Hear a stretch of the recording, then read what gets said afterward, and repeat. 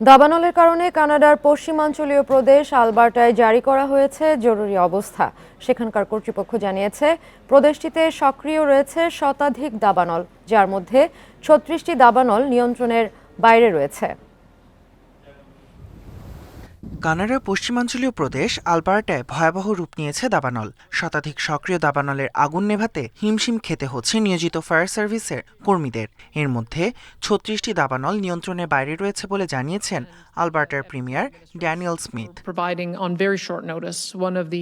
দাবানলের আশেপাশের এলাকাগুলো থেকে সরিয়ে নেওয়া হয়েছে ২৫,০০০ বাসিন্দাকে।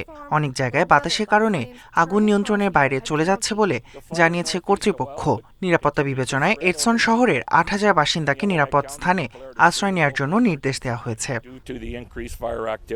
দাবানলে এখন পর্যন্ত প্রায় ৩,০১,০০০ একর জমি পুড়ে গেছে।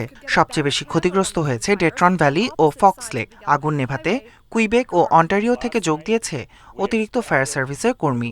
সহায়তার প্রস্তাব দেওয়া হয়েছে অটোয়া থেকে। এছাড়া এডমন্টনে আশ্রয় শিবিরে রয়েছেন ১,০০০-এরও বেশি মানুষ। হাই লেভেল শহরে তৈরি করা হয়েছে আশ্রয় কেন্দ্র। একই সাথে প্রতিকূল পরিস্থিতি এড়াতে $১৫০ কোটি কানাডিয়ান ডলার বরাদ্দ রাখা হয়েছে বলেও জানিয়েছে আলবার্টা কর্তৃপক্ষ।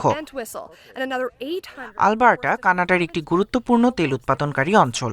তবে দাবানল ছড়িয়ে পড়ার পর এখন পর্যন্ত সেখানকার তেল অবকাঠামোগুলোর কোনো ক্ষয়ক্ষতির খবর পাওয়া যায়নি।